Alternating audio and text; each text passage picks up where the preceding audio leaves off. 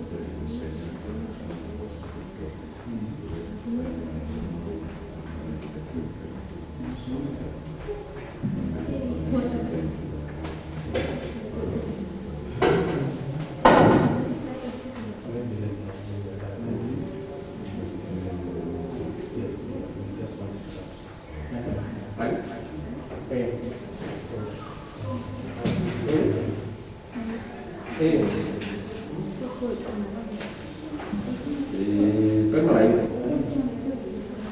các nhà đi cả sao?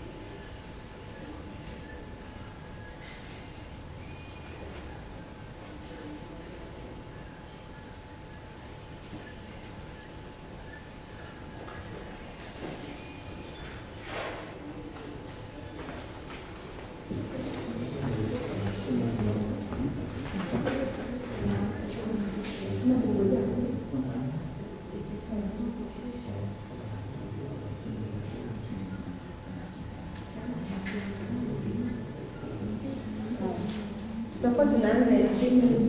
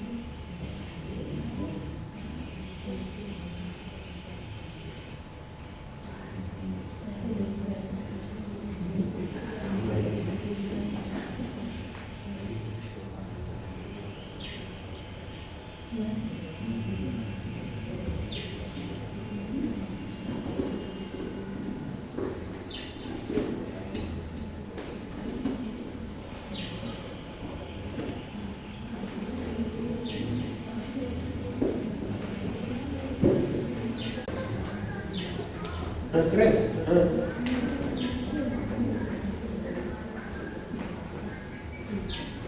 Igual va a ver igual.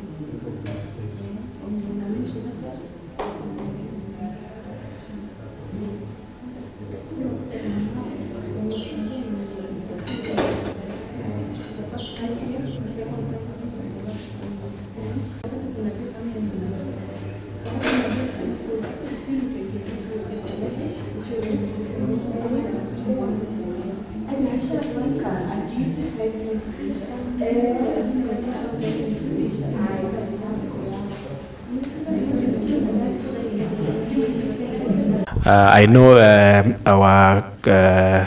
our county commissioner and his fellow colleague from the national government has said something around involvement of young people in spaces where decisions are made. But I want to listen from the young people on the status of the involvement and if they feel like they have been really represented in all the spaces, key decision-making tables. So this question I'll pose directly to Chirchir, our panelists, and then I'll come back to the audience. Chirchir, Felix. Thank you, Chelal. According to the resolution 2250 on youth, peace and security, one of the very key pillars is talking of participation. You remember actually in terms of participation in our county, we used to have peace structures in our community that our county commissioner was talking about. That is the county peace committees, that is the Nyumba Kumi. We have also other forums at the county level and also at the grassroots levels. But I remember when we started interventions way back in 2015, 2016, 2017 on peace and security, on those parts of Tiati and some parts of Baringo North, involvement of youth and women were really very low.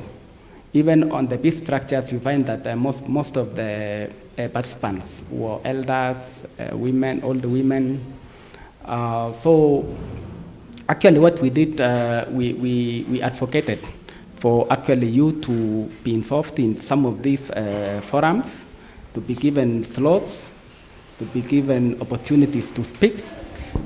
Remember, these are actually, youth are mostly perpetrators of some of these crimes. And you know, when we involve them and given platforms to speak on some of the challenges that we have in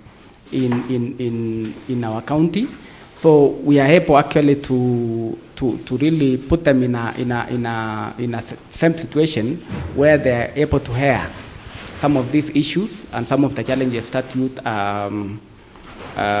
go through. So these are some of the things that we have actually advocated for from that time, and for now we have youth who have been involved in some of these structures, and it has actually assisted so much. Thank you. Thank you so much, Felix. To the Felix Kemboi, status, how you've been champion for peace and even a youth leader within Baringo County. Do you feel like you've been represented as young people in these spaces, especially the decision-making tables, and how can we improve representation of young people at these tables? Thank you so much, Chalal. I think I've remembered what Kina County Commissioner called themselves. They call themselves youth at heart. So now on representation, these youth at heart are the ones on the table most of the time. I think what we are not getting is that network. There's a problem of network. So many young people are willing to participate in these peace championing activities, but then there is a problem of where or who to reach out. Thank you to you, Chalal, because you identified that I'm done with school and you gave me an opportunity to come here. But I'm imagining, how many Chalals do we have? How many people like you do we have in this county or in this country, who are able to identify that there are some people doing some good work somewhere? So I think it is a challenge. So do you believe the lack of spaces? Yes, there is lack of spaces. Like, for example, there is an idea which we had back then in 2018, and we even won an Akusa award at Kenyatta University. We were given by the likes of Esther Pasaris and the South Johnson Sakaja there. It was an idea of PDI. It's a peace drive initiative whereby we were bringing 5 counties affected by this issue of peace. That is Baringo, Elgeyo Marakwet, Turkana, West Pokot, Samburu. I think there were 6, and I don't remember where again. These just pastoralist communities. The idea was getting the think tanks who are at university levels. We come together, we preach the gospel of peace at the grassroots levels. We were having this idea of going to the ground. It was Vision 2044, whereby we wanted by 2044 we needed to have achieved at least a certain percentage of these young people from Tiati and those areas of what do you call out of thought to have gone to school by 2044. Education, religion, sports, and culture. Should I? Actually, my question to you was, thank you so much for the great intervention that you've made at your personal level and even sharing feedback on how young people are not involved in these peace processes. your ideas on how can we bring them on board in decision-making tables. How do we ensure that they are there? First of all, we need to do a map up and identify these youth groups, these CBOs, like for this one of my brother, Dan. Identify, we map all of them. We put them on a table, we mention them. Then I think we need to call them on board, and just hear from them. Give them a listening. Young people, we only want to be listened to. We only want to be listened to and given an opportunity to also table our ideas. And there is a problem on our sector whereby we feel skeptical a bit in sharing our ideas because we feel like some people, okay, the young youths at heart take advantage of the ideas and they sell them to donors. I can give you an example. Thank you, Kimboy. Allow me to give you an example. This idea, this concept of BCYF, Baringo County Youth, that was my brainchild idea. What happened? County government took it, and I was kicked away at Kabartonjo and somebody won the election. So those are facts we need to tell each other. Thank you, Kimboy. Coming back to solutions, how do we ensure that these young people are present in this decision-making tables? Solution number one. You've said about identifying them, and let them, don't micromanage them. Okay. Let them run the thing. Okay. The moment you remove the roots from the tree which was growing, what will happen? It will die. Okay, thank you so much. I think you've said two things around mapping out young people who are peace champions and even giving them safe spaces. I think you said something about umetuattack sana sisi wenye tuko young at heart. Mimi na commissioner. Lakini we will get a chance to reply. Felix, what are your thoughts? I think you said two things. One of them is that identifying the peace promoters and peace agents within the county. And secondly is that providing safe spaces for young people to be able to hear their issues and even discuss peace initiative and even ideas at their own level when they are at safe spaces. Maybe your ideas around the same. And even status, maybe you start with status. Felix, Chirchir. Thank you, Jalal. I think also in terms of the status, I think youth need to actually to up their game because sometimes you find that most of the youth don't participate in some of these forums, and they sometimes shy away. You know, when you want to be involved, you need to push yourself and you need to come up. The youth have a lot of ideas, but they normally don't involve themselves in some of the forums that the government offer. In terms of Jalal, in terms of maybe networking, most of the youth involve themselves maybe in very irrelevant issues where you find that sometimes they may not be in the mainstream networking platforms because most of the users of the social media platforms are mostly youth. I was looking at the percentage of youth actually in terms of census 2019. It's about 75%. That is, there were about 13.6 million, which are running between the ages of 18 to 35. That is in Kenya. And globally, there are about 400 million, which are actually between the ages of 13 to 29 years. In terms of business, you find that some of these users of or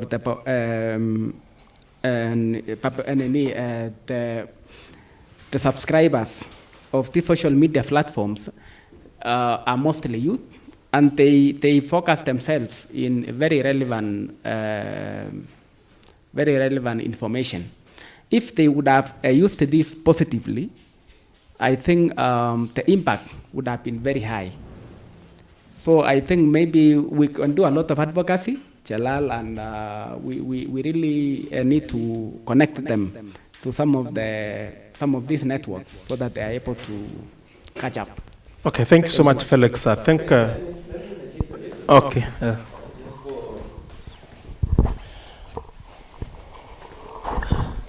Yes, the youth. There are some youth who are very active on the ground and also on social media. And even as you said, there's no way we can do it without social media, because that is the only major platform that reaches out to so many people. Like we have so many, Baringo, that is Baringo, this one, major one, Baringo Youth Forum. And we have another one for a technical working group.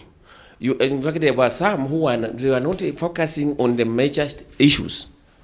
They just focus on some trivial matters. So we are telling them, please, when they post such things, we tell them, no, this is not relevant for this forum. Can you find something good that is relevant to the society at large? But there are others, even they are not there, but they are working very hard. I know of 2 or 3 very active. They use their own money to move around and preach peace, especially in Itiati. And another one also is in Marigad. They have been using even their own resources. Sometimes they come, we give them whatever we can have. If we have fuel, we give them fuel. You cannot come for assistance like fuel, and I know you are just going to look for your ladies. I cannot give you. Thank you so much. And I'll give you Kimboy. Thank you so much. I think Felix Chirchira said one thing, that youth should not wait for donations. They should also grab opportunities that are present in governance processes. Winnie, tumekuacha kwa muda. The response, if young people, do they feel like they are represented in these spaces, and even when they are present in these spaces, are they going to make decisions that are binding, or they are just there for, like, I don't want to call aesthetic purposes? But my question to you was, how is the response from the young people who have been participating in the peace building initiatives? Do they feel like they have been fully participating in it, or they are just there for waseme kuna kijana moja na mama moja? Okay, I think that when we talk about peace, or even in those places within Baringo County, those areas which have experienced conflicts, let's say in Baringo North or Baringo South, most of the time I don't think that the youth have really been involved in peace building, because you find that even mostly in the peace meetings, it's always the leaders or the security agencies, and mostly the leaders, and most of the time the youth are not really given that space to give their views.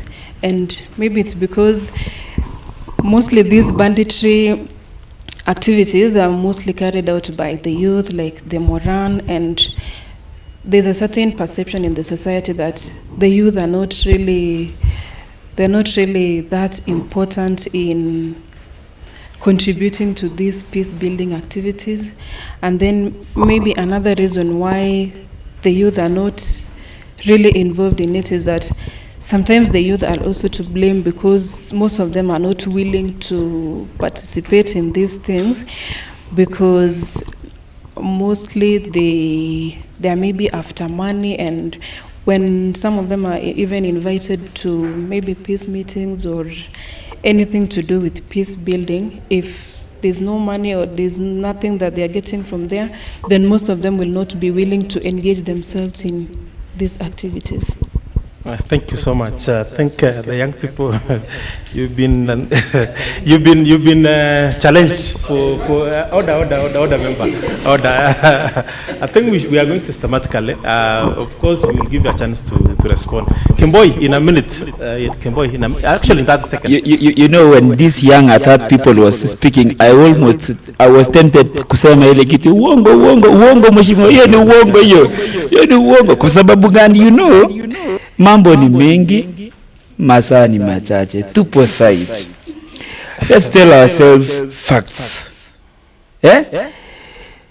I would request, please, and for purposes of record, don't scare us away by saying we are involved in other issues apart from the issues. What do you think? Because first thing which we need to ask ourselves is, as I conclude in 5 seconds, where are these leaders? Where are these youth leaders?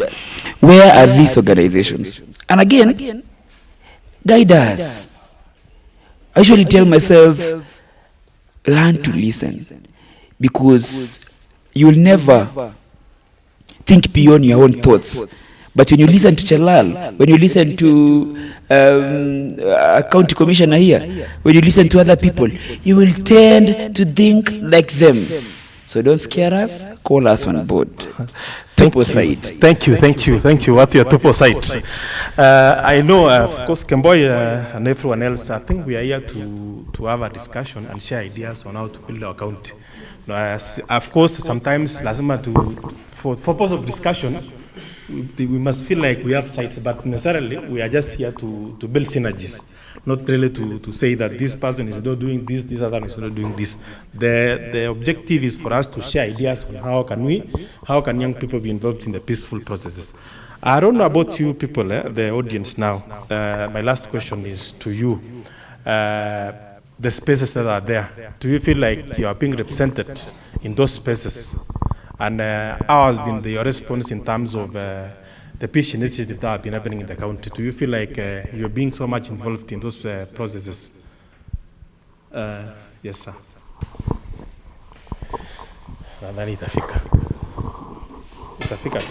Thank you. First of all, my name is Absalom Kipton, and I'm a youth here at Kabarnet. On the opportunities of participation, youths, most chances have been given, but the information is not. Proceed, sir. Endelea.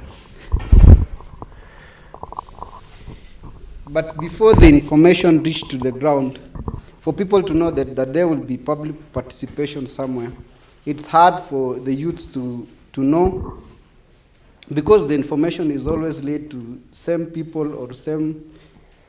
But people out there in the communities have many ideas. If you walk in the ground, you will listen. For example, now we are in political times.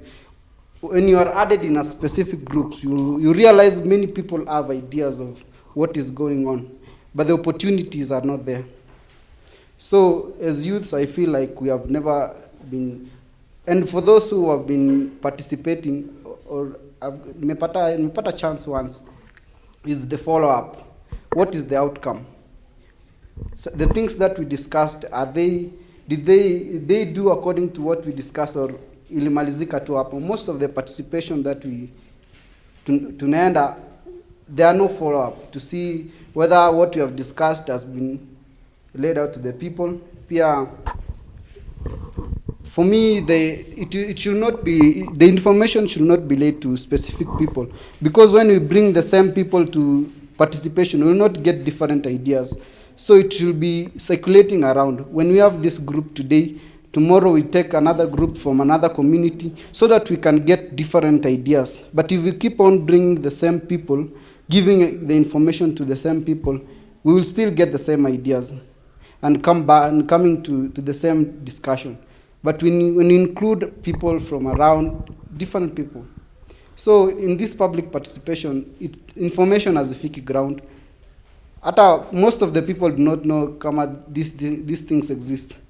So that is, okay. That's the reality. Okay, asante sana. I think when we say about participation, we meant peaceful peace initiatives, or even decisions where, spaces where decisions are being made in our county. I don't know if there's anyone else wants to voice something before we move to the next question.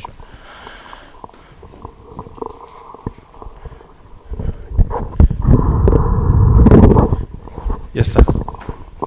Hello. Hello. A wise man once said,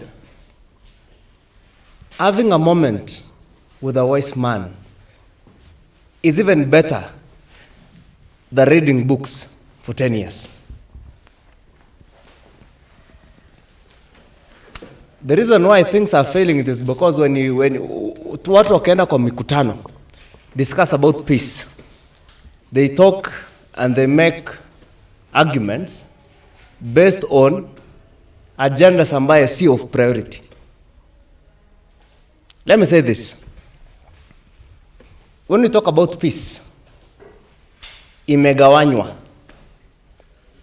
We have peace nye itakuwa improved when we strengthen the law. That is one. We have peace when we use basic or civic education. We also have peace when we involve the organized groups. But one of the organized group ambayo watu wanasahau kutumia is the church. We think of organizing youth groups and we forget that there is already one organized group, which is the church. What we need to do with the church is use the church because they have one basic information and a very composed one, ninaongelea about God and also peace. So without few remarks, I want to say, let us give our agendas based on priorities. Thank you so much. Your name, sir? My name is Duncan Kamurian. Asante sana Kamurian. I think nitapatia agenda officer 30 seconds and then we move to the next question. Yeah, I'm very happy with the discussion so far. But we should also, the youth, because we have been having several forums with the youth, they should not put money first, because there's a time we wanted to have the youth and we have a peace meeting. They say, the first question was, what is sitting allowance? Can they not do voluntarism? We have about that idea of voluntarism. Can you do something on a voluntary basis for your country, for your county, and for the population at large? So this kind of voluntarism is what I am encouraging the youth to embrace. And with that voluntarism, I think we can reach a wider people, we can disseminate the information, and with that information, the youth are the people who perpetrate these crimes. So if we reach them out of voluntarism, I think we will minimize the insecurity situation in the county. Thank you so much, Agent Officer. Commissioner, you have something? Yes. Something smaller.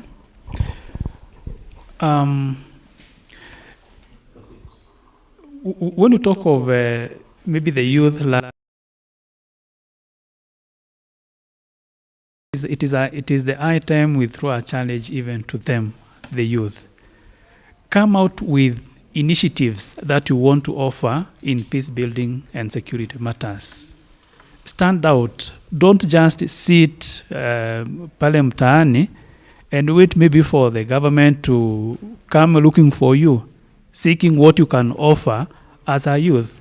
It is the high time maybe you organize yourselves into groups so that you can even have better bargaining power, so that you can have better inclusion in peace building activities.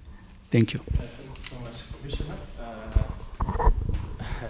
We are coming back to the audience again. So our panelists, hold on. Okay, thank you. Now we are moving to the second pillar of the resolution, and that is the pillar of protection. And in the pillar of protection, it talks about protection of youth and women from forms of GBV and any kind of violence. Now, I want to ask the audience, as a youth, do you feel like you're protected? Do you feel like in this process of peace building? Do you feel protected? Okay, we start with the panel. We're coming back to you. Hold on. Okay, not that much. We are not protected enough. Okay, thank you. That now will send me back to the panel. Justify or mujitete. And for once, I want to congratulate again Chelal for passing the moderator to another sound anyway. So I think we need to agree that we are in Kenya. we are not protected. We are not protected. People have become selfish. People have become greedy. People actually, they lack humanity. You can imagine, can you even think of the COVID-19 funds? So if we have such a kind of persons leading us, what do you expect if I take an idea like a peace drive initiative to them? Watakula, wamekula, wamemaliza yote kabisa. So the only thing which I can suggest is that we young people nowadays, I think, especially from 25, maybe 24 and a half to 27, I think these are the think tanks whom we need to tap. Until 30, there are some who are in 30 who are really willing. But as we said, mambo ni mengi, watu wako na family, wengine wako na mashule. We need to know where they are. We need to know where our youths are. Alafu through the leaders, venye ule kiongozi ameongea, through the leaders, I think I don't want to repeat myself. The solutions we already gave you. The only thing that I can mention to the government, I think the government is joking a bit. We need young administrators like us. I wish I was given to be a CS for 1 month. 1 month. You want to tell me since 1963 up to now, we are talking of bandits?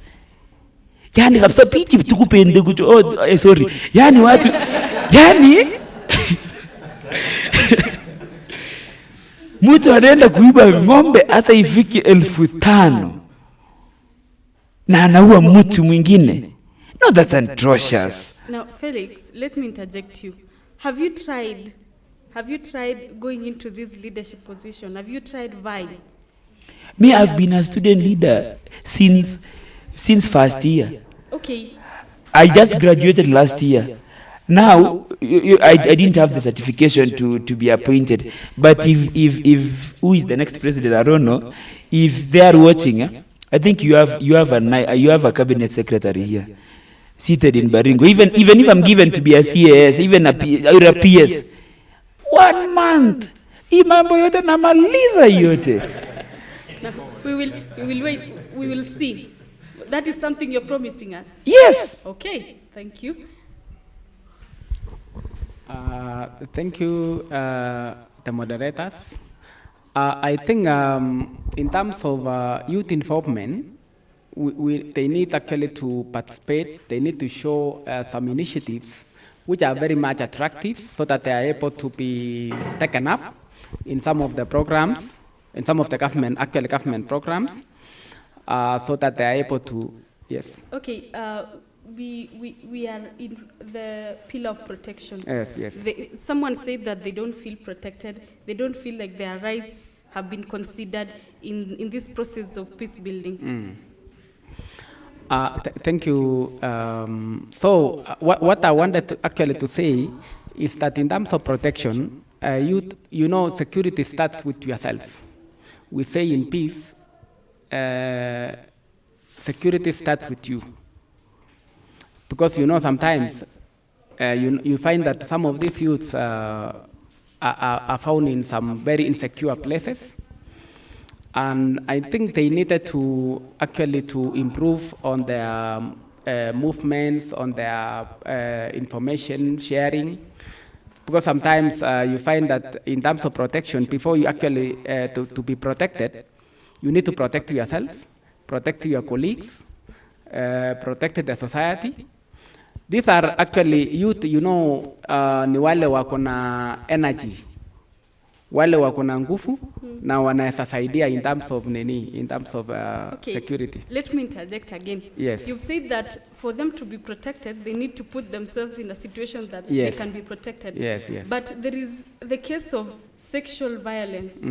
In the case where someone is raped, whatever situation. Yes. Do you mean that you should not have taken yourself to that place? If you had not gone, you wouldn't have been raped. No, that's actually not what I mean.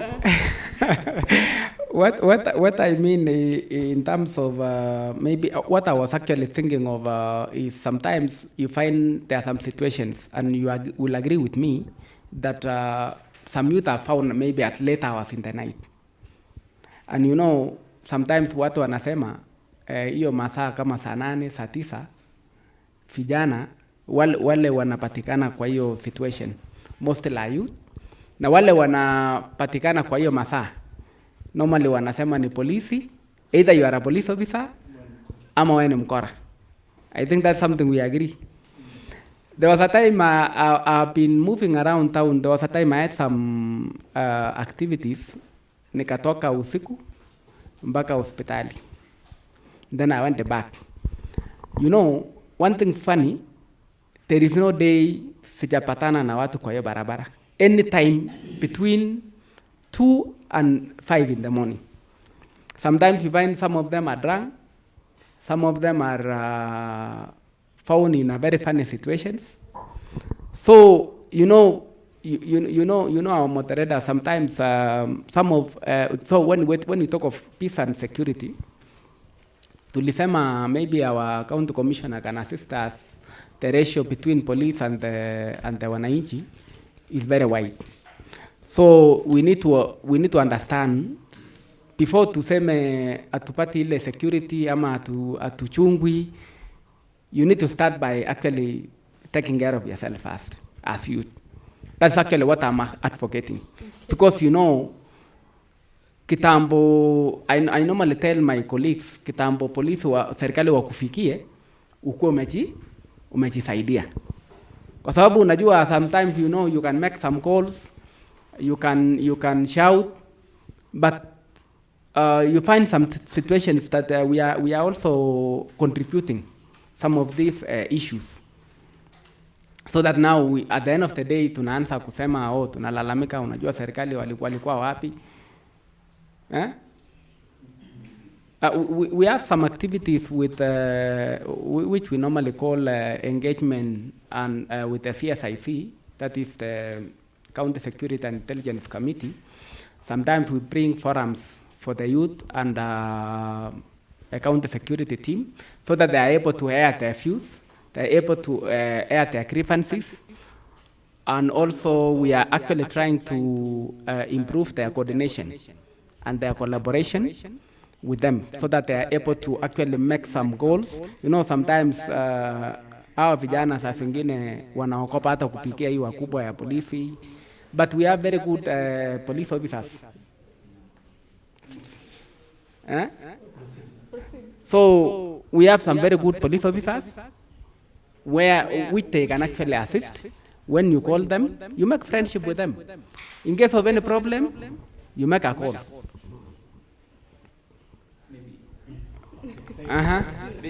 Maybe before I forget, as I mentioned, in 1 month, let me tell you the solution. Solution number 1, you identify where the problem is. For example, the reason why these people are raiding, one of the influencing thing in the research that we did is that when a lady is circumcised there, the bride price, the dowry price rises. So if the dowry rises, what happens? The gentlemen who don't have cows, the gentlemen who don't have cows do what? Go and what? Raid to get the cows so that they can do what? They can marry the woman. So solution number 1, try to reduce, not even finishing, reduce mambo ya FGM. Solution number 2, these people, the problem is information. The know-how is a bit low. So what happens? Take cinemas, like kitambo kulikuanga na masinemas zilikuwa zinaletwangu hapa hivi serials. Tuna watch movie, tunaona Dubai venye inakaa, tunaona venye so that they see other places. Hawa unajua kimutmut ya pole. Yaani unajua hawa wamezunguka zunguka hiyo area mpaka hawajui hata kwamba kuna dunia ingine. The only thing it is them and what? And the cows. Solution number 3. Our maaskari, me by the way, I cannot be, sorry. Let me not be captured on media. But my blood and police people. No, okay. Not every police officer is No, a bad no. person. Let us All agree of on them. that. Because, I mean, For me. someone here might have their father as a police officer and they are the best father they've Sorry, ever had. I apologize and I withdraw that statement. But kuna tu hiyo, mimi nimefungwa mara mingi bana, nimefungwa almost 17 times. Nikiwa university, sasa hizi nikikaa hivi, hata na imagine vitu zingine za upuzi. Ati sasa polisi anakusimamisha anakuambia hujaweka indicator, surely kwa gari, surely sasa unafunga mimi tena na gari yangu. Rules. This country is governed by rules. And every other rule must be kuna followed. vitu zingine hata unasamea mtu bwana. Thank As you. a father Thank ni you, please give. So the solutions, please make sure you. Okay, thank you. Okay, talking about protection, I don't think that we are really protected. We are not safe because when we talk about sexual and gender-based violence, in this country we do not have safe houses where those victims can run to. So right now, if someone is abused or if someone is a victim of the sexual and gender-based violence, they do not have anywhere to run to. There's a school in Marigat which was hosting some pupils who were saved from the FGM and from Tiati. So at that time when schools were closing, these children could not go back to their homes because maybe they could also be at a risk of getting married, and then there are no safe houses where they can be taken to, and so they had to remain in that school even as schools were closing. So I feel that we are not really safe because the victims first do not have somewhere where they can run to. We are still having FGM and early marriages in Tiati and in some parts of Baringo South. Yes, so I don't think that we are that safe. Okay. To close this chapter, let me give it to gender. Address her. Yes. You are very right, 100%.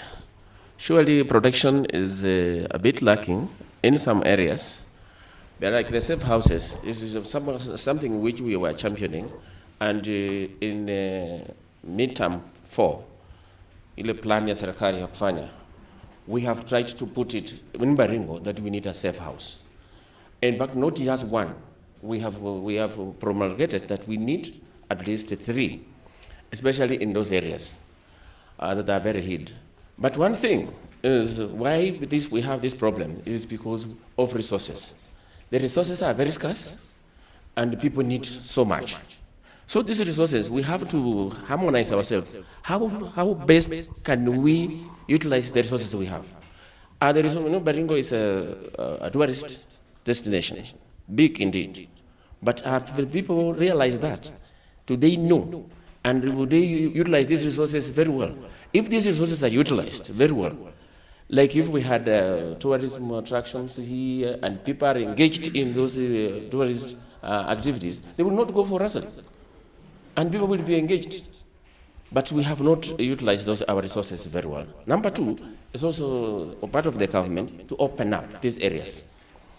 If these areas are opened up, schools are constructed everywhere, people are going to school, I think 60% of protection will be attained. So can we say leadership? Not leadership per se. It is also initiative from the people themselves. Thank you. Makofi kwa hiyo round ya kwanza. Okay.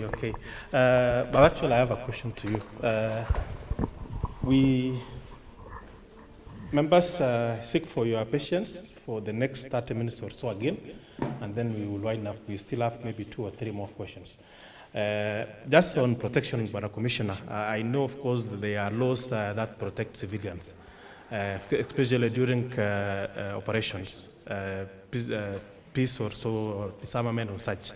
And in many cases, there has been allocations of government using a lot of force when trying to restore order, especially in the other parts of this county. I don't know how your response about that, and how has the county been balancing between peaceful operations and protection of human rights?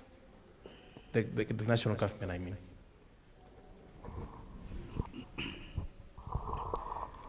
Well, I think I may not be able to respond conclusively, but what I can say is the officers actually were conducting these operations. They are well guided, they are well briefed when these operations are taking place.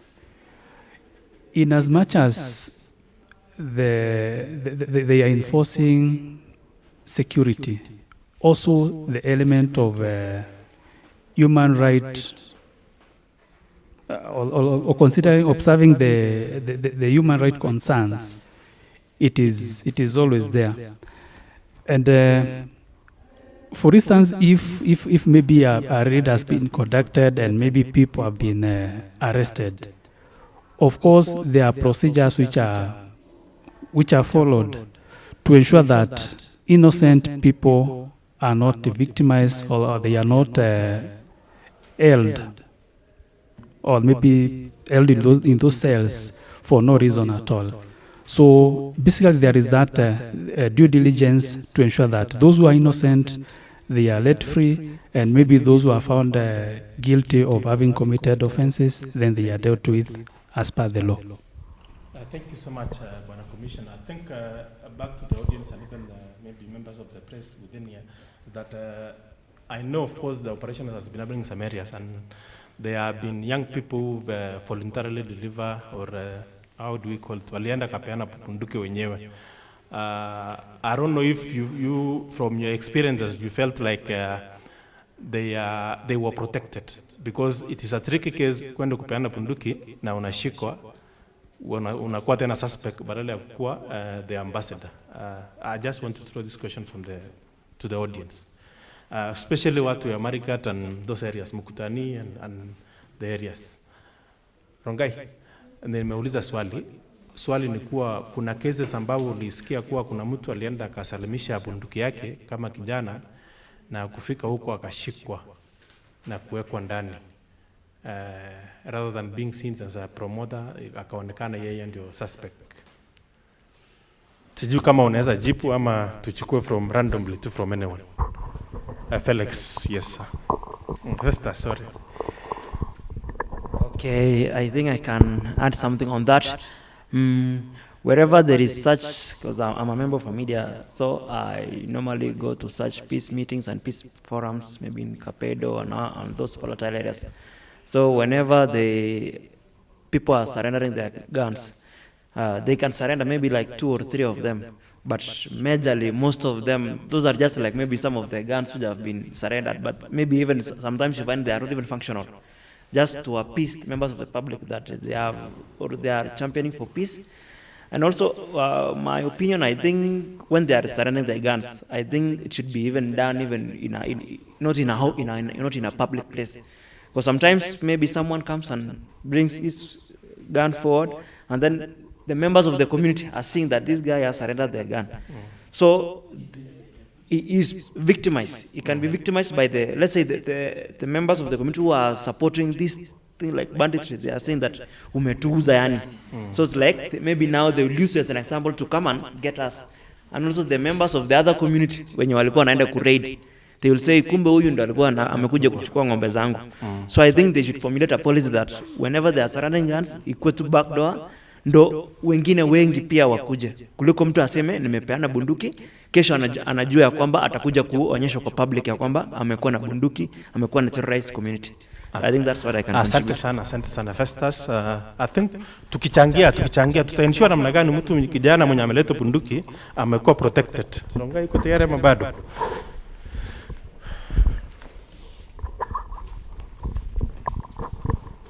Okay.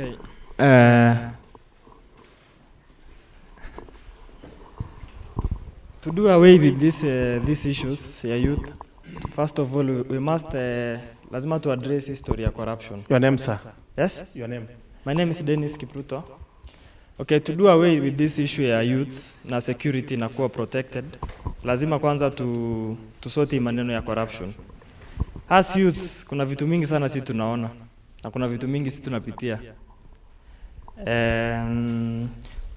To come to that story of yours, unasema ya tiati ya na maisha na bunduki, I'm very sure kuna mtu alichukua ongo hapo. Ama I'm very sure kuna mtu alilipa huyo askari ndio akafanya huyo jamaa akashikwa. Sababu sio wamekuwa akiambia watu warudishe mabunduki. Sasa ni mbona tena aenda ashikwe? I think there are two scenarios. One, akipeleka bunduki, maaskari wanashika yeye. Two, akipeleka bunduki, community enye amekuwa na hawa wanasema umetuuza. Wale wengine wenye wamekuwa being the victims wanasema kumbe wewe ndio umekuwa perpetrate violence against us. So how do we ensure that this doesn't happen? Okay, to bring another story, kuleta hiyo story yako, kuna issue ilifanyika, kuna kamzee alipatikana na under 18. Kuna mzee alipatikana na under 18, underage, msichana, mwanafunzi. This guy has kuna pesa, story ikafikia wazazi, ikafika kotini. Lakini in the end mzee tu alipeana pesa, ule msichana akabaki vile vile, family ikapotea, hiyo story ikaisha hiyo. Sasa corruption, mimi naongelea tu corruption. Okay. Thank you so much. I think mmekuzia mambo ya corruption na imeparticipate in. So maybe to solution yangu kenye naweza suggest kwa hiyo, yes. I think as youths tunahitaji leader wa youth. Okay. At least kama tuko hata na post ya youth representative. Kwa mfano tuko na women representative, tuko na governor, tuko na nini, tunataka youth representative mwenye atakuwa anatusikilia maishu zetu ndogo ndogo, na mtu ako na Range Rover. Of course mimi nitalose. Lakini in that sense unaweza pata mimi niko on the right side, lakini mimi nitalose hiyo kesi. So we need a representative. Tunahitaji youth representative mwenye atatufuatilianga security yetu ya maisha yetu na nini hivi vitu zote. Asante.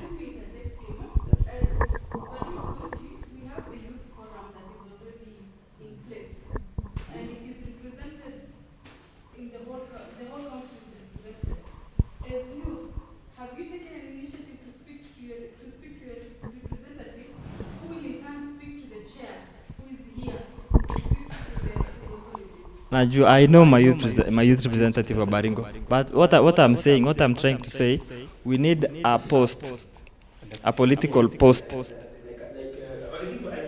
You are getting me? A political post. Tunataka leader mwenye anasimamia youth. Order members, one meeting. Unanipata? Kwa mfano kama huyo mwenye umesema sasa, I'm sure hata hakuna mtu anajua. Hao wote ni youth. Lakini huyo leader umeniambia, I'm very sure hata hakuna mtu anamjua hapa. Kwa nini? Si sababu atisi hatujemtafuta, sababu hayuko recognized hata. Tunataka mtu ako recognized. Asante. I think two things. One, amesema tunataka youth representative kama women representative ambaye vijana watachakua.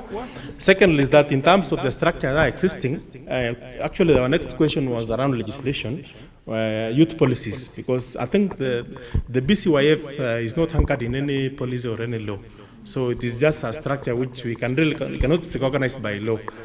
Yes. You can stand, you can sit down. Okay, my name is Kimberly. Okay, maybe I'll, for the issue of the bunduki. Yes, protection. Yeah. So my question is, maybe that boy or that guy surrenders that gun. But where do they source the guns? Okay. Yeah, because if all of us have a gun and then one surrenders, what about the others?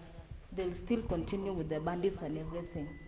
So maybe they have to look for a solution on where do they source these guns first. Okay, so for you it's root cause. Let's find out the root cause first. I think we will come back to the audience again.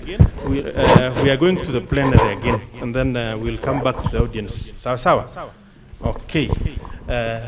Kemboy, but you will answer. Oh. Maybe Maybe just I just also wanted to Okay, finish up let's on the Felix contribute and then Chirchir can. Felix, yes, proceed. So, somebody once said, trust but verify. So we trust the police, yeah, but the energy and then and the policy or the energy or the way to verify is the problem. How sure are you, or how sure am I, as I surrender that gun, that it's going to be in safe hands?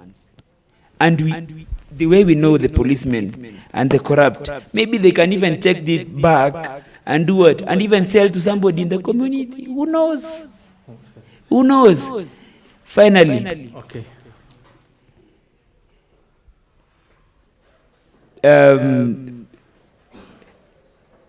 We are requesting maybe to starting with Baringo. They say you don't chew more than what you can bite. Yes. Don't bite what I don't know that thing. So we start with Baringo County. As I told you, BCYF, the roots were already killed. Because the next way we were going is to pass it as a bill, to pass a bill and have it as a policy in Baringo County. And by that time we wanted the likes of like Honorable, the one who is Anito Nani Malkona Simamia youths, Honorable Kibai, Honorable Lemlem, Honorable Kibet Ernest. Wachana na wale wazee wa Kabartonjo wake na nani hata walitolewa kwa nominations. So we wanted them to help us in doing what? Passing the bill. At least Sankale, Honorable Sankale Olekes, I respect that man. He helped us in drafting the bill. We had Director Evelyn, who was the director for youth by that time. They helped us almost pass the bill. But, you know, let me not mention them, but the problem is leadership. And I'm praying God that the one who has gotten the ticket of the yellow ticket for gubernatorial thing wins. Because I know this person, they are now the youth at heart. I know him. Thank you. I think you had something around protection. The guns, Yes, that's what you had. Concerning the guns, actually I have one issue in terms of in terms of the disarmament and the amnesty surrender of guns. You know some of these guns sometimes they are being surrendered by the bandits. So I think there was an issue to do with insecurity and the protection, where maybe some of these bandits,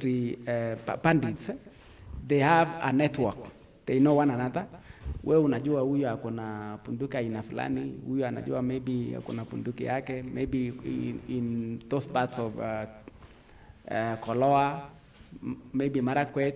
So kuna ile challenge ama ile uoga, mtu anaweza fikiria maybe nikipeana yangu itajulikana kama nimepeana, and then maybe my ile network wako naye anaweza kuja kesho kwa hata kwa sababu anajua si so and so amepeana yake juzi. So how do you ensure this doesn't happen? So these are some of the things maybe we can engage the government so that they are able to have a proper way of handing over these illegal guns, and also maybe they can do forceful disarmament so that they can do uniformly if it were on selected areas. Okay.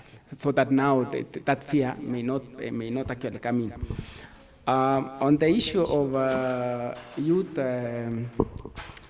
policy, actually that's the next question. So youth policy, what I wanted to just interject is youth also, they need to lobby for these political positions. Like the recently list for nominations. I was one of the persons, I met some follow-ups. Unapata kama vijana kama hawaku apply for those positions, the nomination positions. Some very few, I think a number of youth had applied, and some of these things needed lobbying. What I was actually advising is that maybe if the youth need to organize themselves in some structures and then they lobby as a group so that they are able to be recognized. Because unajua mtu mmoja akianza kushout, sometimes it may not reach a reasonable level. But if they are able to have some structures like the chairman, those who are lobbying on behalf of them, they are able actually to get some of these slopes. Thank you, Chala. Thank you. I think we've already going back to participation, which we had really discussed. I know we've also discussed so much on prevention. Partnership has also came in. I'll just ask one question and then we can move to the next question. Winnie, thank you so much for being a panelist today. I know Mike imekupita sana, jamaa wawili wako maneno.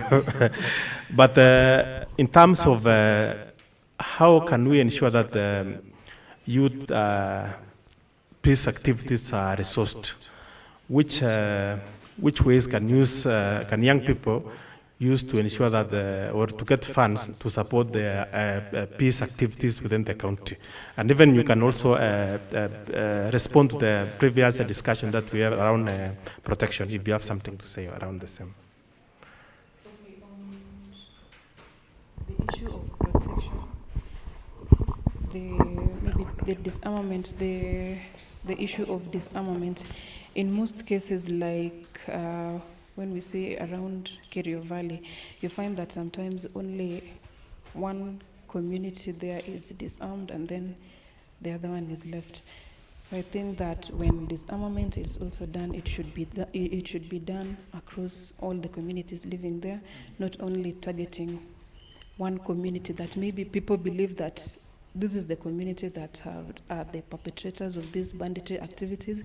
So you find that that one community is the one that is mostly concentrated on, and then the other one is left. On ways in which the youth can raise resources. This speaks around policy and even talking in terms of getting resources for peace initiatives.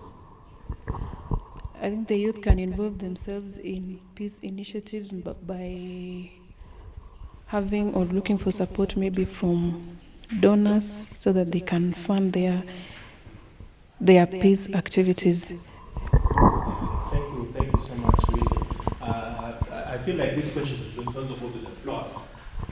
How can we source for activities, and which policies can we legislate for that young people are involved in peace initiatives? I wanted you to do the last one, and I'll pick from before they engage, we are live on YouTube.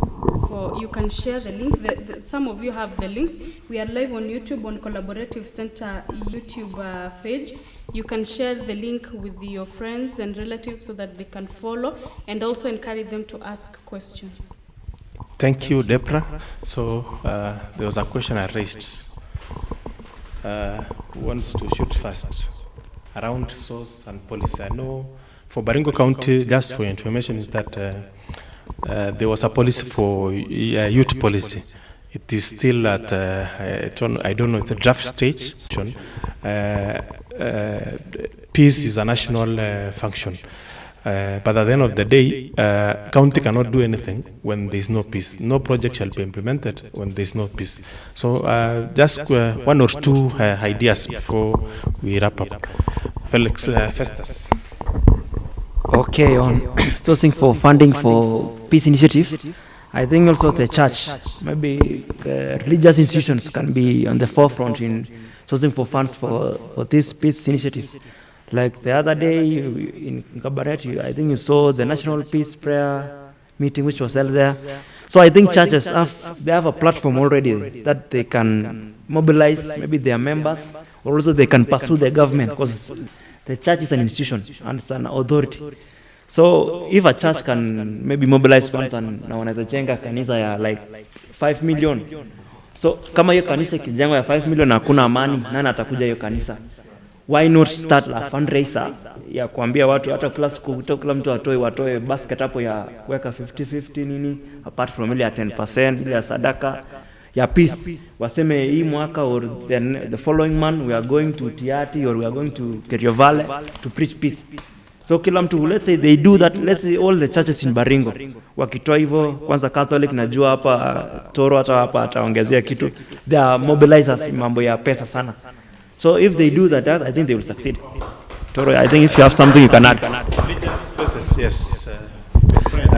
I have not been quiet. Actually, I've raised my hand almost 4 times, and you didn't see me. But I will respond on what we are looking at currently. Let me combine it with the issue of protection. First, I think when we look at the issue of protection, we should not just look at one angle only. There are a lot of things that we need to look at on the rights that affect the young people. That is, if people are stealing cows, why are they not stealing? Why are they not stealing electronics? Probably they lack food. We need to look at access to food, because peace is not just the outer thing that we look. When you don't have food, you don't have peace. When you don't have access to education, you don't have peace. When you don't have a meaningful job, you don't have peace. Those are the kind of things that we feel that as young people we are not really protected from. What do we do now? Number one is I'll speak on my other side, especially on the part of the religious organizations in this country. As Catholic Church, I happen also to be a member of the Catholic Church. Currently, we have a program called the Education Initiative for East Pokot. We realized that if we sort the issue of peace on matters education, then we are going to completely have peace. At the moment, we have over 700 young people that we are educating. Every year we have a fundraiser. We do a fundraiser from our Christians to educate them. Some are currently in university. I'm even so happy that one of them is currently employed here. She works with the public service board. That is what we are doing right now through that. Secondly, also is to mobilize our young people to attend these public participations. When we go for these public participations, I think that is also the place where we can mobilize some resources to go to meaningful activities. Secondly, also is that we become our brothers and sisters keeper. Some of us here who are young people, we don't spend much of our time in looking on the things that help our fellow young people. Currently, we also have youth groups that exist, but these people need to just be assisted. A good example, in Baringo County, we have about 70 football teams. These are young people who play barefooted. They send themselves. Others go, those who are playing in Division 2, Division 1, go to as far as Olkalau to play. They don't have any sponsor. If we, all of us, put our energies together, we can mobilize for funds. Recently, we had a tournament on mental health. There are various things I organize with the Interreligious Council of Kenya. We've had it twice. We are also planning on another one before this. How I would wish that any person you feel that you are closer to. I've also seen one lady there who support one of the football teams. These are teams that if we support, these are best platforms, because if one team has, for example, like 50 members and we have 70, you've not added to the funds, and all of them are our ambassadors of peace. I think that we can achieve more and more together. And also for the organizers of this forum, there are much that we can do for these young people. If I stand with one team, another organization stand with one team, another one stands with one team. For me, I believe that it's only the young people who can bring peace and meaningful peace in this country. You are talking about the participation of the young people. Yes, they participate, but is it meaningful? No. Thank you, Toro. In fact, he has touched on an area that I wanted to speak on art and culture. Sports. Yeah, and I wanted to ask the audience, apart from the tournaments that he's talking about, is there any other activity that you're involved in that promotes peace and togetherness? Art, culture, apart from the football tournaments? Okay. My name is Enoch Turkut, and MC Toro has touched most of what I was supposed to have said. But one thing I know of the youth, there are many youth groups that they don't know how to write these proposals for funding. So if this organization, we can look for these groups, we write them good proposals on how to go about in this and in peace building. It will go a long way to assist the communities they come from. You find there are a lot of youth who are ready, but they don't have funding. So we need to write them proposals, and obviously they are likely to get these funds. Thank you. Thank you so much. Membership is key. Yes, gender. Okay, thank you. Rongai, finally.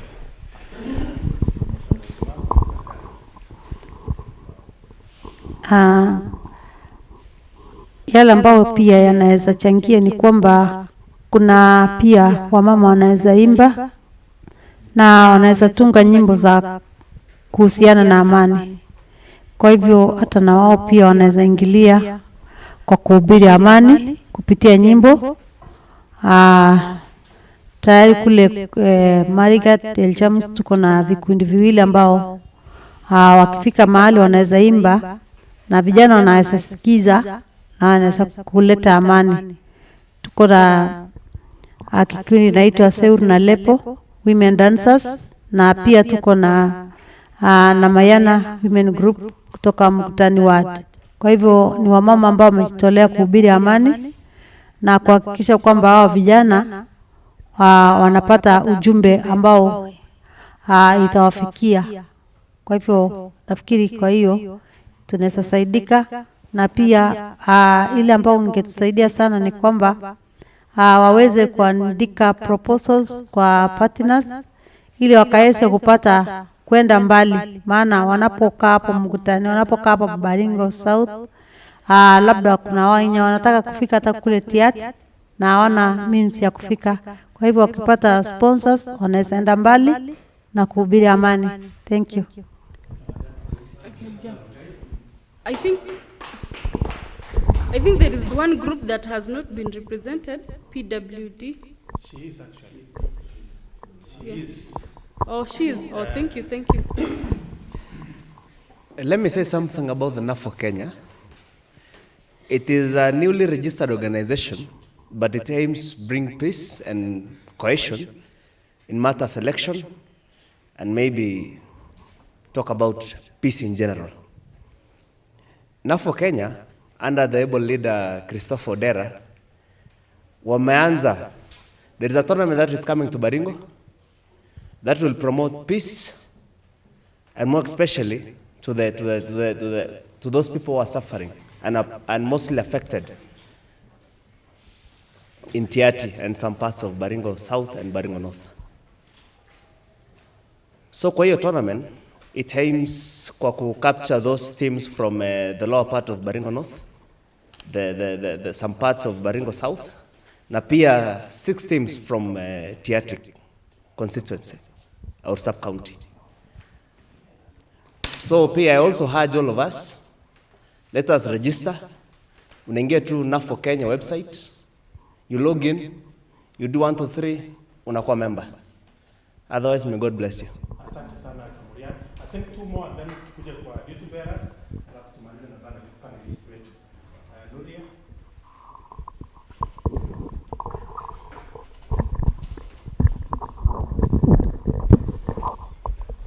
Okay, I'm Nuria. Your question about art na sports, we have like KTP here. Sijui mwana hajajitetea. He's one of the poets.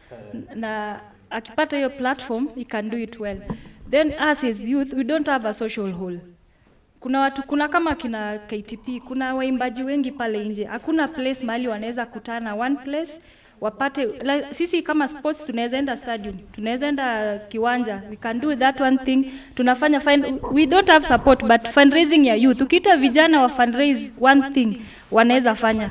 Please government itusaidie na social, tupate hiyo social hall au wote watakutana, sports wakifanya pale, hata wafanye hapa, culture ifanyike hapa, they can do kitu kubwa sana.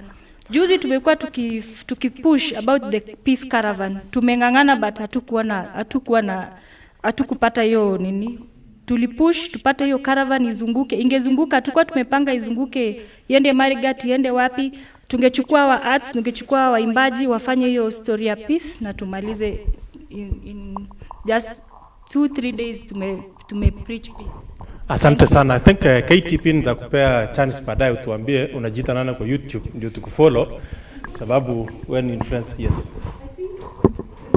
Yeah, actually I want to pick two more. Hello. I want to pick two more from the audience and then tukuje kwa duty bearers and after tumalize na our panel. Sawa. So I think you had raised your hand and then Caro. So I don't know, we could start with you. Yes. And your name, sir? Praise God. Amen. Yes, naitwa Evangelist Gabu. Naitwa Evangelist Gabu. Mimi ni mwimbaji wa nyimbo za Injili. Na kuanga tu hapa town. Na mostly nimekuwa tangu January nimekuwa nikizungumzia mambo ya amani. Nimekuwa nikijitolea nikitembea na pikipiki na maspika kihubiri amani kwa kaunti yetu, na nilikuwa nataka niende kaunti zote 47 lakini kwa sababu ya uwezo singeweza. Kwa hivyo my sister hapa ame raise something yenye nilikuwa pia hata nilikuwa nimeandika chini about hall. Tungependa tukue na hall yenye tunaweza launchia manyimbo zetu kama wasanii, kwa sababu mara nyingine mimi naweza karibisha watu mahali na shiriki, lakini kuna watu pengine wangependa kufika huko. Kwa hivyo tukiwa na hall hapa town itatusaidia. Mara nyingi tukienda KSG tunalipishwa pesa mingi. Na another thing ni ya kwamba tulikuwa tunaomba kila mwaka at least viongozi wetu wote wa kaunti yetu wa organize mkutano kubwa enye waimbaji wote, artist wote tutakuja tu pamoja tu perform na watuletee wasanii wakubwa wenye wameendelea kutoka sehemu nyingine, alafu tukae pamoja pia watuweze kutuelekeza venye tuna kuhusu uimbaji na kuhusu venye pia nasi tunaweza saidika kupitia uimbaji, kando na kuimba tu kujulikana kwa kaunti na kubaki hapo. Unaweza pata unaimba hapo kwa town unabariki watu wanabarikiwa, unaenda kwako na lala njaa au wameenda wamebarikiwa. Kwa hivyo ningependa tukue na venye tunaweza saidika. CD siku hizi tukisema tunauza CD hazinunuliwi. Hakuna mtu atanunua. Mara nyingi nimejaribu. Kwa hivyo tusaidiwe venye kando na kuuza CD venye tunaweza kuwa sponsored. Mambo nasikiza tu tumeregister YouTube mpaka ukuwe na over 10,000 subscribers kabla tujaze. Sasa mimi niko na one something, nimengangana sana. Sikiza tu nimeweka, nimesukuma, sasa niko na watu around 60. Pesa yenye nakuja every month ninakuja 400, inaenda 500. So ni lini na hiyo wimbo moja kutoa natoa na over 5,000 na ni audio. So ningependa venye tunaweza saidika kwa upande wa uimbaji. Na mimi nimeongea personally na Solomon Mkubwa, nimeongea na Ilagosa hawa wasanii wakubwa. Ili utoe na hao wimbo lazima utoe pesa. Ili utoe kwa studio ya Garden Angel nilikuwa naambiwa 15,000 na ni audio. Na mimi ni asola, sina kazi nyingine, naendesha bodaboda, ni hiyo ndio nategemea. So ningependa tusaidike venye tunaweza, at least hata sisi tuweze tujivunie kwamba kumbe hii kipawa changu inaweza nipeleka mahali. Asante sana Evangelist Kabu. I think ninyi wote mmeona kazi yake kwa town. Si mmeona ile bike iko na nini? Si tupatie jamaa makofi kweli. Thank you so much. Mungu atakubariki. We hopefully tutakufollow YouTube na tutakusupport where we can. I know as a pass microphone. As of course tukiomba serikali lazima tujue kwa public participation is something sisi raia ndio tunaamua projects. And it is upon us to set our priorities. So tukiamua round hii pesa ya World Development Fund tuweke kwa youth, the whole of it tunaweza weka. So it is also upon us to end public participation na to set these activities or these projects as priorities. Carol. Yes. Yes. Another thing as youth, I think networking is important because kumekuwa na contest ya na the Wiano platform wamekuwa na contest yenye wana artists, you make something as an artist and you submit and you can win money. So you see, if you not network. An LSO from the county, they fund, but people don't utilize it. Women Enterprise Fund. They have that component of what call it? Others that like NGAV, that is money. It's what we call it. It's a grant, but they do. Is there any stipulated time that state business working hours? have reporting structures for no reason at all. We have reporting structures. Definitely, in as much as my friend was saying, all police are bad. In every society, we have a few elements, maybe who are not doing what is right. But not every police officer is bad. So even... That is what they are asking.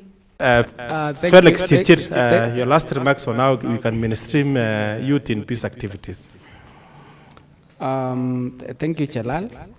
I want to just say something to do with funding and the partnerships. That the youth, we need to do a lot of networking. We need also to do innovations that attract funding, so that they are able to fund their interventions. I was also thinking of me as a county. We need to have a database of some of the well structured, but we need to lobby executive section. So that they're able to fund some of they're able to budget actually some of the programs in the county. That is where the youth will get their budgets. So I want to thank CCGD and my fellow panelists, and also the moderators, our service providers, members, youth. I want to thank you. So let's actually network so that we are able to solve some of these challenges that we have. Thank you. Thank you so much, Felix Chirchir, for your time. Thank you for your great inputs to this discussion. To the end of the piece, I think we need to borrow from other counties. I also see this in West Pokot. They have a department for disaster and peace, which is fully funded. Winnie, your closing remarks, and now you can mainstream. Of course, now you can mainstream youth in peace building initiatives.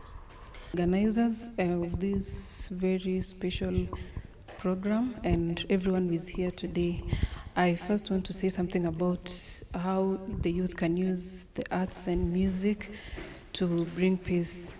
Apart from what some of my fellow youth have mentioned on the social whole, first of all, youth are very creative people, and music is something that really connects people in a special way, and music can be used to build the bridges maybe between these divided communities.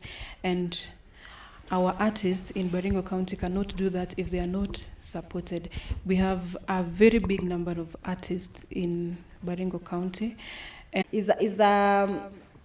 it's recognized as a platform where fairness, tolerance, cohesion, and also patience is learned. The sportsmanship values that are there in sports are so very concrete to enhance and even to promote peace in our communities, and something that's already there. It's a platform that we already have in Baringo County. So as we are living here, what do we have in place for the sports? We have culture. I'm very glad that I met today Evangelist Gabu. I've been seeing the motorbike that goes around the town. Inaimbia sisi the song nitwaje ya Mkenya, sindo? Mkenya daima, the things. When you hear about that song, you feel that you are one and parcel of each and every individual in this country, that you do not want to hurt another person.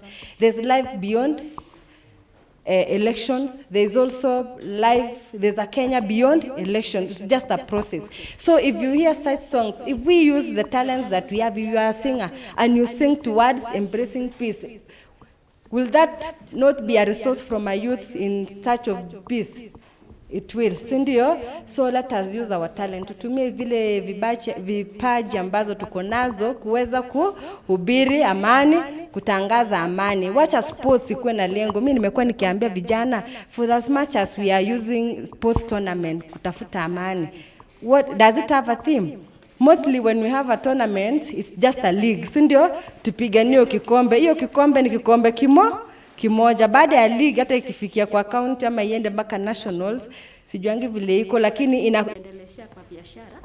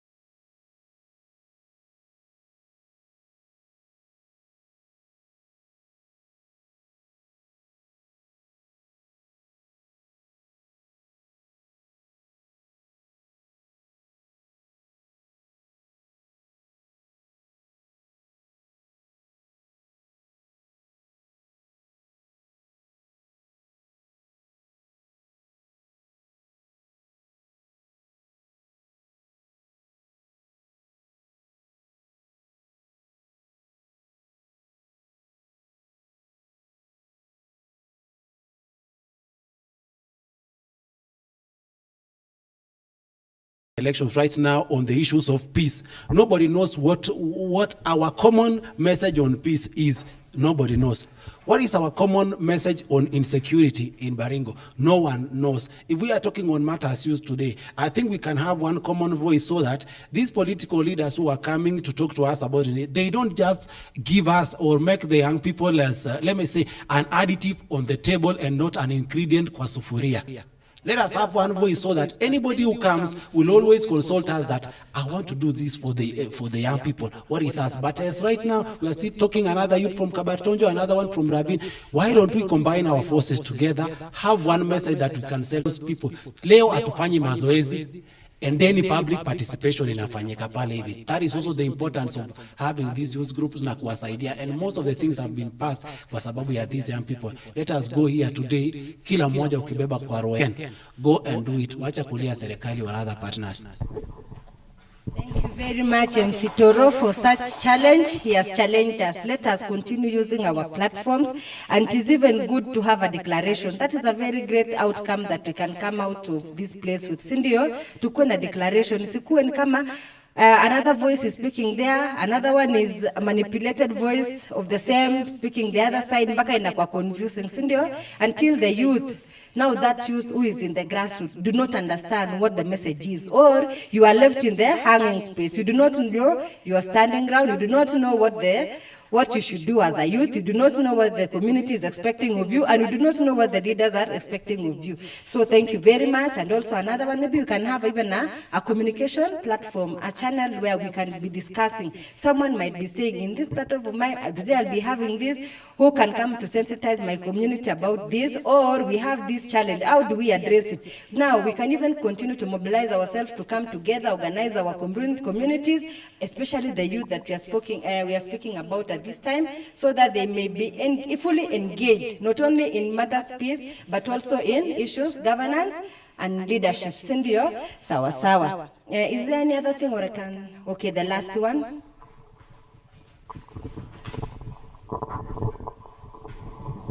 Yes, when I want to talk about security personnel on sports, sometimes tukienda tournaments, there are issues between players of other team. Sometimes unapata players wa ile team wako na beef na hii team, so inaendanga mpaka vita zina erupt because kwa sababu hakuna security, unapata watu wanaanza kurusha mawe. It has happened several times. Watu wanakuja hapa tournament na una realize some team hawakuji because they know walipiga hii team kwa kwao. So kumekuwa na issue ya security kwa tournaments. Unapata kama Captain Bor walicheza na Ravin wakapiga Captain Bor vita kwa Ravin. So next tournament kikuwa Kabarnet hawakuji, wana leave your space, wanaachia Kabarnet wa win. Sina kuanga hivyo. So tunaomba security personnel ziletwange kwa tournaments kama hizo, so that wa ensure that kuna security ya kutosha, so that tournaments zetu itasaidia youths wengi, na pia ni yetu.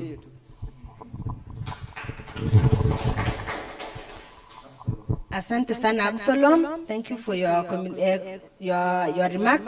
And also, it's also important so that even as we capacity build the youth to use the platforms that they have to promote peace, it's also important to capacity build the sports managers, come at the coaches and the managers, so that they can be able to uphold the values that promote sportsmanship. Juata kwa tournaments, it's not supposed to be promoting vitu kama hizo za kwa deterrent or maybe inaitwaje rivalry ama ya vengeance, sindio? So that they are able to be a good example to the youth, especially those in tournaments, so that zile values ambazo tunaadmire kwa sports can also be passed down into our communities.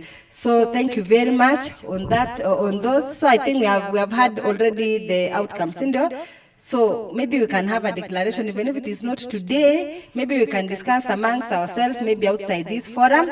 We can have a declaration. Maybe we can form a WhatsApp group so that we can discuss even the objectives and even what we want to achieve, even as we intend to implement the youth peace and security in Baringo County. And also, we have already challenged ourselves. in every space that you are in whatever place that you are starting in, you in your position as civic educators, as media platforms, as youth leaders, any space that you are taking in, take the responsibility to sensitize the youth of their positions, especially on effective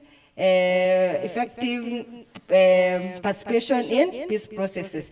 So Rongai has just risen her hand for gender balance. I'll give Rongai, and then I'll welcome the State Department for Gender Officers, who will welcome the county, the administrative officer from the County Commissioner's Office to give us their closing remarks and officially close the forum. Thank you very much.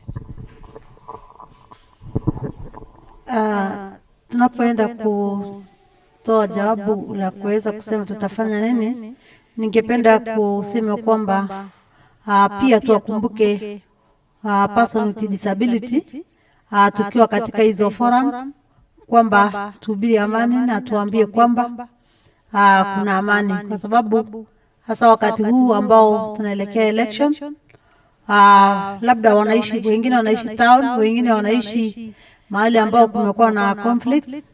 Sasa hiyo wanaishi na wasiwasi, na unajua mtu mlemavu ana uwezo wa kuweza kukimbia, na pia tuhubiri watu amani, hasa hao watu ambao wako karibu na hao wapendwa ambao wanaishi na ulemavu, waweze kuhubiri amani ili na wao pia wapate amani, waweze kuishi vile inavyotakikana. Thank you.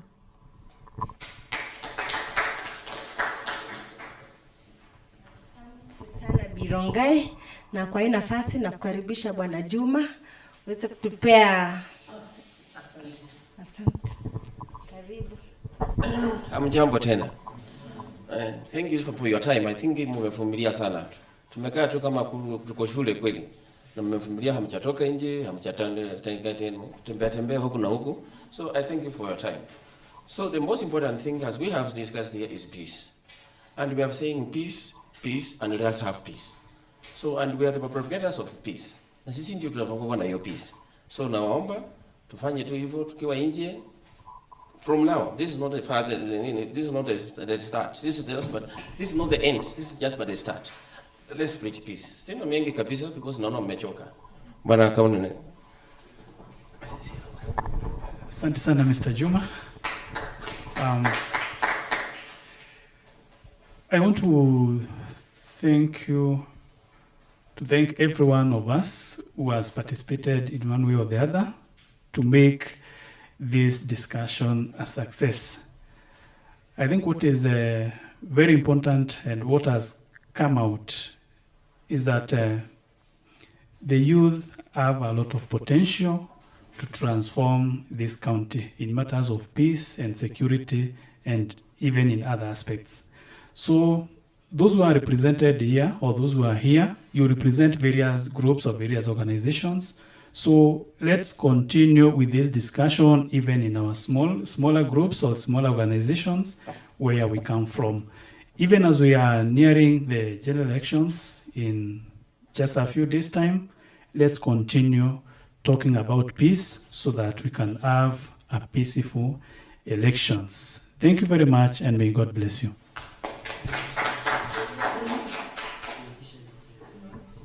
And with those remarks, I declare the discussion officially closed. Thank you very much.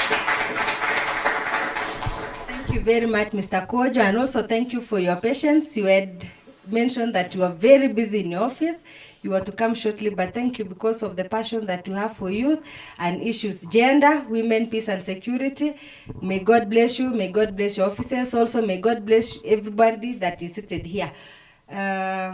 Want to ask someone to close with a word of prayer. Ronga alifungua, a gentleman, okay. Sawa, Deborah, co-moderator, thank you. Let us pray. Father, in the name of Jesus, we come before you this afternoon. We want to thank you because of the care and love that you have given us, Father. We want to thank you, Jehovah, because of this forum, Jehovah, that you enabled us to come together and to discuss, Jehovah. We pray, Jehovah, that you may give us the energy now to go out there and practice what we've discussed, Jehovah. Give us favor so that we may even get through to the relevant authorities, Jehovah, to be able to maintain peace in this country, Father. As we go into the elections, Father, we pray that you may give us the heart for peace, Jehovah. Give us to be peaceful, Jehovah, and to elect leaders, Jehovah, who will be able to run this country in your ways, Jehovah, and every thanksgiving will be unto you, Father. As we break, Jehovah, may you go with us, may you cover us with your blood, Jehovah, and may you guide us. For I pray, trusting and believing in Jesus' holy name. Amen. Thank you very much. So there was a participant list that was going around. Let's hope that everyone has signed. If you have not signed, kindly look for it and sign it. Thank you very much, our moderators. The panelists. Just make sure you have signed. Then before you leave, you come and sign with me a small token for transport. Yeah, that is all. Kindly make sure that you've signed before you leave. Okay, there's a request for a photo.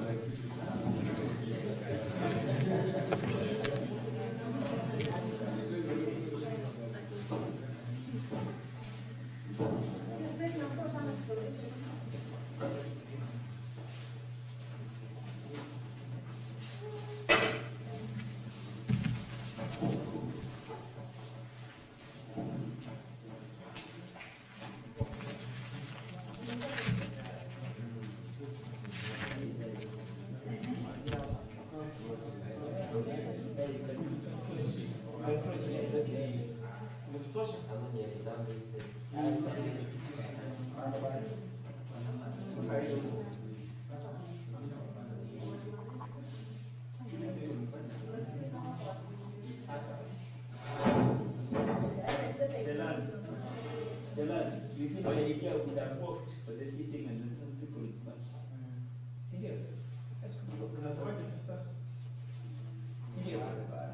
what we do, let me help you. Let me help you.